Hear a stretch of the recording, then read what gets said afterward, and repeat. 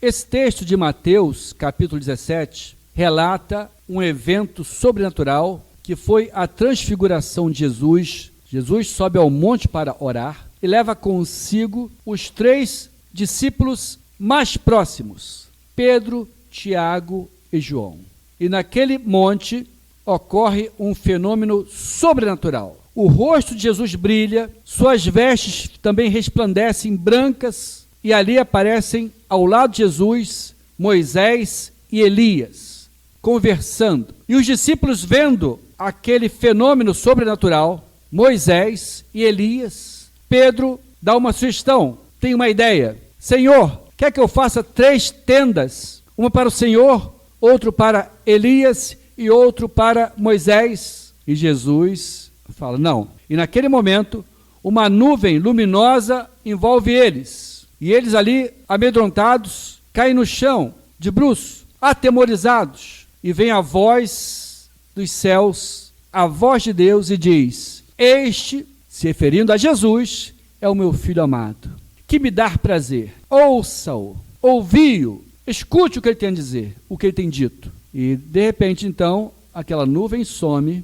Moisés e Elias também somem, fica só Jesus. Ele, então, estende sua mão para os discípulos, tocando eles e falando, levante-se, não tenham medo. Jesus pede para eles só contarem essa experiência depois da ressurreição. Mas qual o objetivo deste episódio? Qual o motivo para Jesus permitir que seus discípulos mais próximos passassem por essa experiência? É interessante que Moisés teve uma experiência semelhante. Ele subiu no monte também, foi com Josué e os anciãos, eles ficaram na metade do caminho, e ali o rosto de Moisés brilhava. Ali a glória de Deus se manifestou na vida de Moisés, seu rosto brilhava, e ao descer, as pessoas viram que ele resplandecia. Aqui apenas os discípulos viram esse resplandecer da glória de Deus, que não foi apenas no rosto de Jesus, que brilhou como o sol, mas também as suas vestes.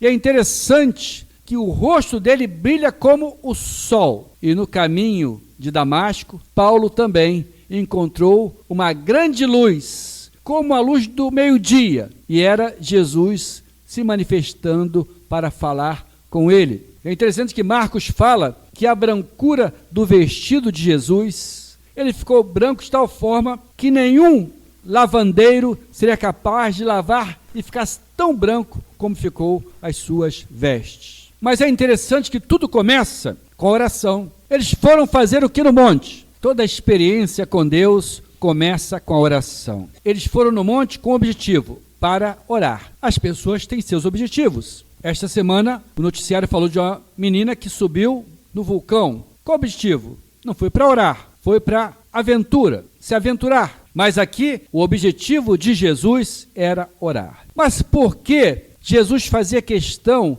de orar no monte? Será que é porque está mais próximo do céu? Irmãos, o monte era local de privacidade. Oração exige privacidade. No culto, oramos de forma coletiva. É importante a oração coletiva. Os irmãos orarem juntos, os irmãos orarem uns pelos outros. Mas nós temos que ter nosso momento de privacidade. Então, a multidão seguindo Jesus, sempre querendo algum milagre. Então, quando Jesus queria falar com o Pai, ele buscava privacidade. Muitas vezes subia sozinho, mas aqui ele levou consigo seus discípulos mais íntimos, Pedro, Tiago e João. A privacidade foi ensinada por Jesus na oração pessoal. Ele falou, quando você orar, entra no teu aposento e fecha a porta. O que é isso? Privacidade. E Jesus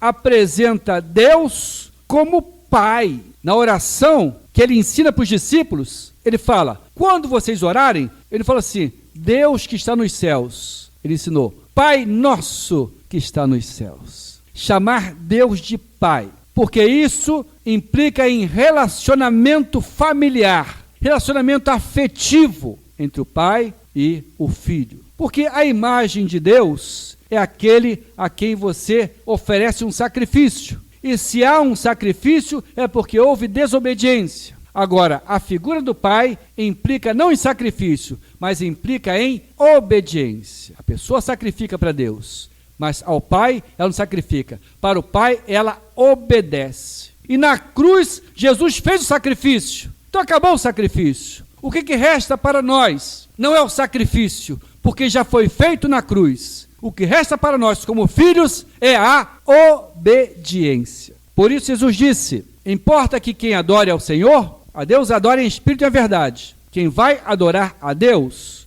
adore em espírito e em verdade. E ele fala, o Pai, não Deus, o Pai busca esses verdadeiros adoradores, que adoram em espírito e em verdade. O Pai. Então, na verdade, quem adora o Pai são os filhos. Adoração é para filho, porque o filho remete ao Pai o seu pedido, a sua necessidade. Então, as pessoas podem dizer, não, eu creio em Deus, eu tenho Deus no meu coração. Todos podem dizer que tem Deus.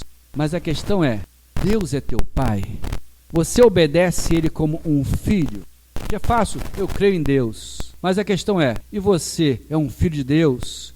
Você crê nele como seu pai, a quem você deve obediência? Ou você é um filho desobediente? Porque essa figura do pai, quando ele fala, entra no teu aposento, ele não fala Deus, Jesus fala assim, o Pai que te vê em secreto te recompensará. Ele nem fala, o Pai que te ouve, não, o Pai que te vê, ele está presente. Quando você busca a privacidade com Deus, Deus se faz presente na sua vida. Então você entra para orar ferido e sai sarado. Quando você entra para buscar a Deus, o mais importante não é como você entra, e sim como você sai. Jesus revela o Pai, e ele foi obediente até a morte e cruz como filho. Então eles subiram para orar, e diante daquele fenômeno espiritual, Pedro tem uma ideia, ativa uma ideia melhor. Nós sabemos que naquele momento, foi um momento de muita alegria espiritual para os discípulos, porque eles viram ali uma manifestação da glória de Deus. Então, quando algo, um momento, é muito bom, o nosso desejo é prolongar, é eternizar aquele momento, congelar aquele momento para não passar, para continuar, para não acabar, porque está sendo muito bom. Nesta intenção de prolongar o momento, ele faz essa proposta, mas ali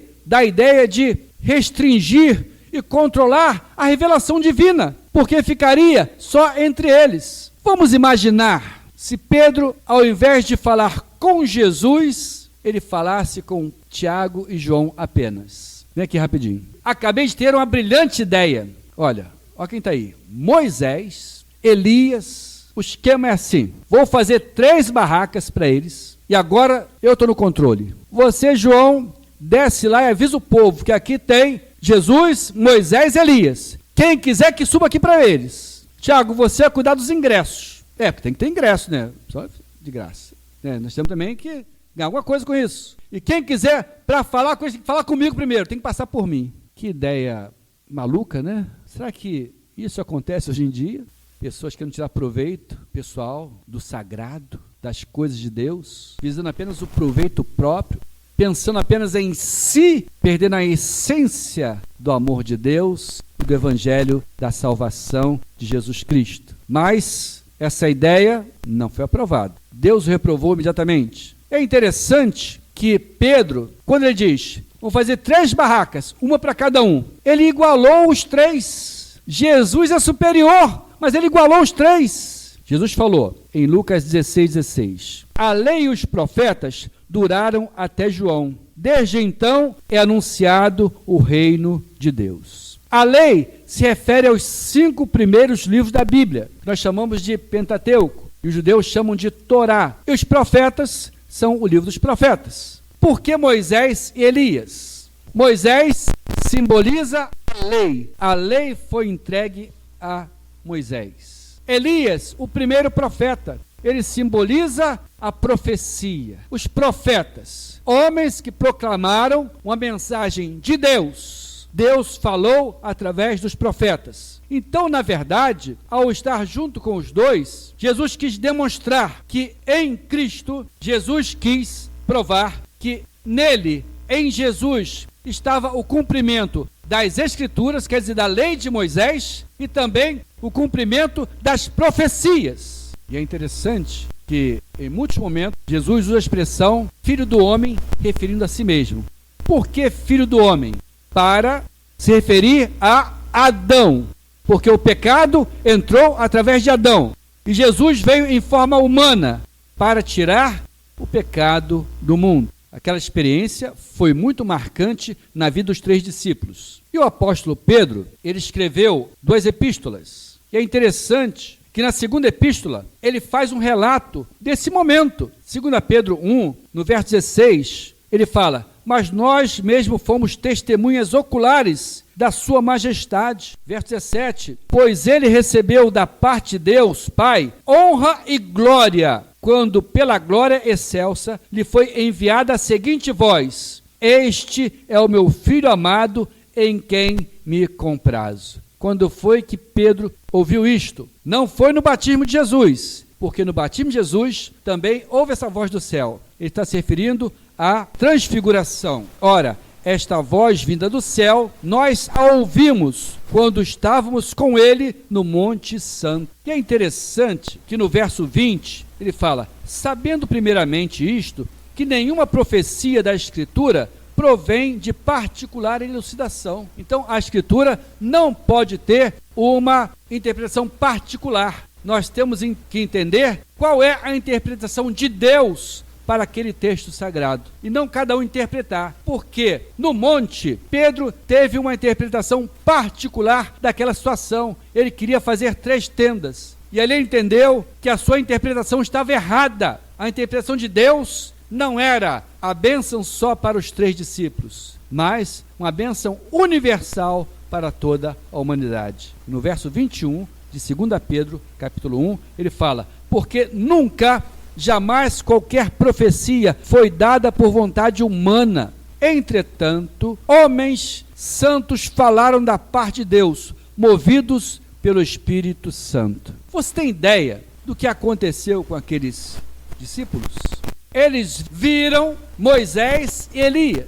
Como judeus, ouviram desde criança falar sobre a história de Moisés, as leis de Moisés, sobre os feitos dos profetas de muitos anos atrás, antes de Davi, e agora eles têm o privilégio de vê-los numa ação sobrenatural de Deus. Então eles ficaram encantados, e ao ver ali Moisés e ver Elias, Pedro, no seu entendimento espiritual, ele fala: porque nunca jamais qualquer profecia foi dada por vontade humana. Ele viu os 2 conversando com Jesus. Ficou mais claro para ele ainda que o que Moisés escreveu e falou foi inspirado pelo Espírito Santo. O que Elias e os profetas falaram, eles foram movidos pelo Espírito Santo, falaram da parte de Deus, não pela vontade humana deles. Então isto foi algo que ficou muito claro para Pedro naquele momento. Eles receberam 3 palavras de ordem. A primeira palavra foi: ouça a ele. Esse ouvir, irmãos, não apenas no sentido de escutar, mas no sentido de dar ouvidos, culminando na obediência. Um ouvir que produz obediência, obedecer. Obedeçam o que ele está falando. Creia no que meu filho está falando. O texto fala que eles estavam conversando com Jesus. Então, pela conversa, eles concluíram que era Moisés e era Elias. E antes de subir ao monte, Jesus havia dito que ele ia ter que morrer na cruz. Era necessário que ele morresse. E os discípulos não aceitaram muito. Não poderia mudar de plano? Tem que ser esse plano? Não pode ter um plano B? Ele falou: não, faz parte do projeto. Então eles não deram muito crédito. E ali Deus fala: olha, ouça o que ele está dizendo. Se ele está dizendo que realmente tem que morrer, é um propósito. Ouça, creia, não questione o que Jesus está falando. Então a primeira palavra é ouça, no sentido de obedecer. A segunda, eles estavam caídos, ele falou: levante-se, levantar-se. E a terceira, ele fala: não tenham medo. 3 palavras foram dirigidas aos discípulos. Agora, irmãos, em que momento essas palavras foram dirigidas? No momento em que eles estavam naquele ambiente, de intimidade espiritual com Jesus. Quando nós estamos na intimidade espiritual com Jesus, nós ouvimos aquilo que nós precisamos ouvir. Nós sabemos o que o outro precisa fazer para se tornar um crente melhor. Então, quando estamos na comunhão, nós ouvimos não o que o outro precisa, mas o que nós precisamos ouvir. E naquele momento de intimidade, eles ouvem o que precisam ouvir. Primeiro, ouça a Jesus. Obedeça a Jesus. As palavras de Jesus. Não vá pelo seu caminho, não vá pelo seu coração. Porque Pedro foi pelo impulso, pela sua vontade humana. Talvez movido pelo egoísmo. Mas ao invés de ouvir a voz do nosso egoísmo, nós temos que ouvir a voz do Espírito Santo de Deus que fala ao nosso coração. Porque a nossa carne fala, o velho homem fala, e muitas vezes a carne grita. Mas a quem eu tenho que ouvir? Ao meu ego ou à voz do Espírito Santo de Deus? Ouça o meu filho, que me dá prazer. Ouça a Jesus. Na intimidade, eles ouviram o que precisavam ouvir. E o que era? Que eles precisavam ouvir a Jesus. Quando ouvimos uma pregação, existem várias aplicações. Muitas vezes, o que Deus vai falar com uma pessoa, um cristão, que está com seu coração atento à voz de Deus, seu coração sensível à palavra de Deus, o que ele vai falar para um é diferente do que ele vai falar para outro. Se duas pessoas após o culto perguntarem o que Deus falou com você neste culto, as respostas poderão ser diferentes. Porque Deus fala, o Espírito Santo fala aquilo que nós precisamos ouvir. Então, quando você vem ao culto, houve uma pregação, ali o Espírito Santo, se você estiver na intimidade com Jesus. Porque se a pessoa só sentar para assistir um culto, então não vai acontecer nada. Vai sair da mesma forma que entrou. Porque a pessoa fala, bom, eu vou lá no culto, mas o que eu vou receber indo lá no culto? Na verdade, irmãos, culto não é lugar de receber. Culto é lugar de oferecer. A pessoa tem que entrar pela porta do templo com aquela mentalidade. Eu estou vindo aqui para me oferecer para Deus, sem querer nada em troca. Deus é um Pai generoso que nos abençoa, mas culto é doação. A pessoa se doar para Deus. Vim não para receber, mas sim para me doar para o Senhor. Então, neste momento de intimidade, o Espírito Santo vai falar aquilo que você precisa ouvir. E ali, o que você vai ouvir é, obedeça a Jesus. E a segunda coisa foi, levante-se. Por quê? Porque eles estavam caídos. Se eles estivessem em pé, Jesus não falaria, levante-se. Ele fala o que a pessoa precisa ouvir. Então, se um cristão está caído, ele vai ouvir a voz de Jesus, levante-se, porque eu não te chamei para ficar caído, eu te chamei para você estar em pé, firme.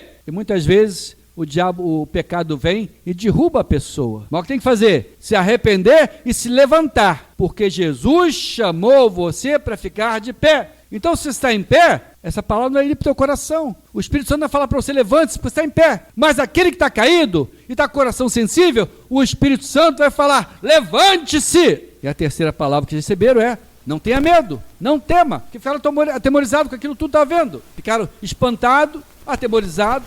Ele fala, tenha coragem. E muitas vezes precisamos de coragem. Porque nós nos amedrontamos de uma forma muito fácil, com muitas coisas que podem vir sobre nossas vidas. Mas o cristão tem que ter coragem. Coragem não é sinônimo de imprudência. Não temos que ser imprudentes, mas temos também que ser corajosos. Porque o medo, ele paralisa a pessoa. Se deixar, a pessoa nem sai da cama, porque está com medo.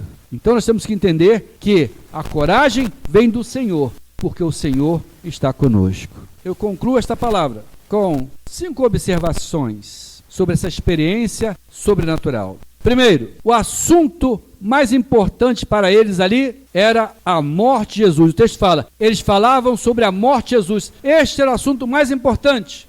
Irmãos, a morte de Jesus foi mais importante que seu nascimento. Porque se ele tivesse nascido, mas não tivesse morrido na cruz, não traria nenhum efeito espiritual sobre nós. Jesus morreu na cruz, manifestando a sua graça. Ali estava a lei, os profetas, e Jesus é a graça de Deus. Então, a morte dele é o mais importante. E se você dissesse para alguém, olha, o dia da sua morte vai ser o dia mais importante da sua vida. Que coisa estranha.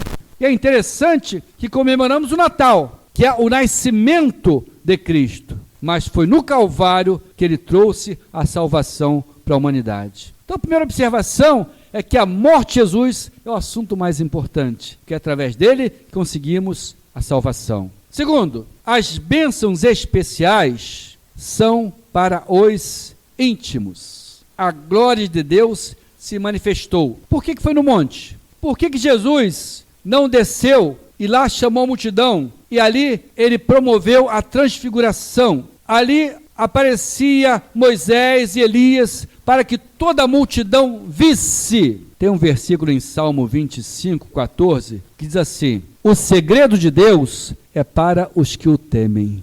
Irmãos, Deus reserva coisas para aquelas pessoas que buscam intimidade espiritual. Aquela experiência sobrenatural não foi para a multidão, não foi para os 12, mas apenas para aqueles 3 que estavam mais próximos. Quanto mais próximo, mais experiência você vai ter com Deus. Eles viram ali a metamorfose. Metamorfose seria uma raiz grega desta palavra transfiguração. O que quer dizer transformação? A intimidade espiritual produz transformação. Então, quando você busca uma vida de mais intimidade com Deus, através da oração, através da meditação da palavra, esta intimidade, esta proximidade vai produzir a metamorfose, a transformação no seu coração. A intimidade produz transformação. Zaqueu estava na árvore, não aconteceu nada. Zaqueu estava na rua, antes de subir na árvore, não aconteceu nada. Mas quando Zaqueu permitiu que Jesus entrasse no lugar da sua privacidade, que é a sua casa, ao entrar na casa de Zaqueu, ali aconteceu a transformação daquele homem. A intimidade espiritual com Jesus produz transformação. Muitas vezes queremos que a situação se transforme, queremos que as pessoas mudem, mas quando você ora e busca intimidade, a principal transformação acontece dentro de você. E nós sabemos o que precisa mudar, e Deus também sabe. E se a pessoa não sabe, ela tem que orar e falar: Senhor, o que precisa mudar na minha vida? Porque às vezes a pessoa está preocupada com o que tem que mudar na vida do outro, mas na dela. Nós temos que buscar essa transformação interior. Senhor, me transforma, me aperfeiçoa para a honra e glória do nome do Senhor.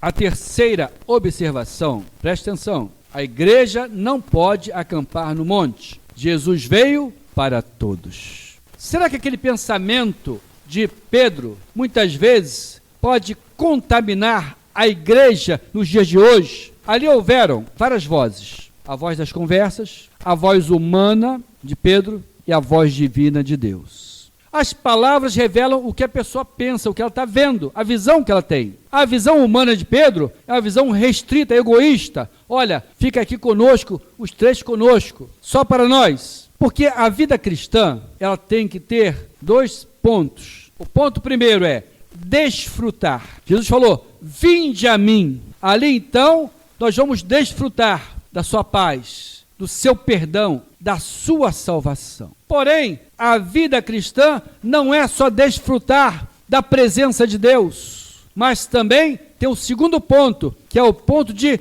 compartilhar. Porque se a pessoa pensa: não, eu busco a Deus, eu vou na igreja, eu contribuo, eu oro, mas se ficar só na tenda dela, só na sua cabana, só para ela está desfrutando, mas não está compartilhando. Ela está no monte ainda, está pensando só no monte e está esquecendo os outros lá embaixo. Evangelho exige compartilhamento. Você não pode só desfrutar e não compartilhar com o outro. A pessoa está ali, na vida espiritual, não, eu estou firme com Jesus, mas fica só na sua zona de conforto. Fica restrita só na comunhão. E aí Deus fala, na sua voz que vem do céu: ouça o meu filho. E o que o filho diz? Ide por todo mundo, ide fazer discípulos. Então o objetivo não é o monte. O objetivo é só desfrutar da presença de Deus. olha, eu fui na igreja, um culto abençoado, aquela música tocou no meu coração, olha, Deus falou comigo através da pregação, você está só desfrutando, só desfrutando, e o compartilhamento vai ficar só em você. Então, muitas vezes, no Brasil, as igrejas não crescem, porque elas se acomodaram apenas a desfrutar de uma vida religiosa, de uma vida espiritual, ter comunhão com Deus. Mas se a igreja só desfrutar, a igreja não cresce, não avança. E nós não fomos chamados apenas para desfrutar. Vinde a mim, todos vós que estáis cansados, e eu vos aliviarei. Ótimo, Jesus traz alívio para a alma. Deixo-vos a paz, a minha paz vos dou. Não dou como o mundo a dá. Ótimo, Jesus traz paz para o nosso coração. Mas não podemos ficar apenas desfrutando. Temos que também propagar, compartilhar. Não podemos ter uma visão egoísta como Pedro teve. Não, só para a gente aqui, só aqui no monte. Igreja, desça do monte e proclame a palavra. Compartilhe Jesus com outro. Não seja apenas alguém que desfruta do evangelho. Não, eu sou um crente fiel. Amém. Sou um crente piedoso. Amém. Mas tem que compartilhar. Abra tua boca e compartilhe. Seja testemunha. Porque Jesus falou que quando o Espírito Santo fosse derramado sobre a igreja, ele falou, vocês serão minhas testemunhas. Tem que testemunhar. Não pode ser apenas um prazer espiritual da presença de Deus, mas também um compartilhar, porque isto é um ato de amor, e esta é a missão de Jesus. Jesus alcançou você, amém, mas da mesma forma que ele usou alguém para alcançar você, ele quer usar você para que outros sejam alcançados. Então, em nome de Jesus, deixa Deus te usar. Abra a tua boca e testemunhe, proclame, pregue o evangelho. Convide alguém para vir na igreja, vá buscar a pessoa na casa dela, traga para o culto, para que ela ouça a palavra de Deus. Seja um crente chato que perturba a pessoa, porque no dia que ela estiver lá no céu com você, ela vai falar, muito obrigado pela sua chatice, é pela sua insistência que eu estou aqui. Então, pregue o evangelho a tempo e fora de tempo. Igreja, proclame, desça do monte e pregue o evangelho. Às vezes a pessoa fala assim, por que a igreja não cresce? Porque os crentes não trabalham. Irmão, se não semear, não vai colher. Se não semear, não vai colher. Aí olha assim, não está tendo colheita. Por que será tendo colheita? Alguém semeou? Você semeou? Você semeou? Então, mas que tem colheita? Para que haja colheita, tem que ter semeadura. A semente, Deus já colocou no teu coração. Então espalhe essa semente, que é a palavra de Deus. Quarta observação. Com todo aquele movimento, depois Moisés e Elias sumiram, a nuvem sumiu e só ficou Jesus. Essa é uma lição importante. Os homens podem abandonar, mas Jesus, ele nunca nos abandona. Jesus não te abandona, ele não some, ele está sempre conosco. Pedro andando sobre o mar, mas aí Pedro fraqueja, duvida e começa a afundar. Jesus não abandonou Pedro. Podia falar, bom, você foi incrédulo, né? Duvidou. Agora, nade. Você não é pescador? Se vire. Não. Jesus estende a mão para Pedro e o levanta. Jesus não abandona ninguém. Muitas vezes, nós é que abandonamos ele, mas ele não abandona ninguém. E para concluir, quinta observação, o texto fala que estava Moisés, representando a lei, Elias, representando os profetas. Mas naquele momento de transfiguração, o único que brilhou foi Jesus. Moisés não brilhou. Elias não brilhou. O único que brilhou naquele evento foi Jesus. Irmãos, esta é uma lição importante, principalmente para os dias de hoje. No culto, nas reuniões, o único que pode brilhar é Jesus.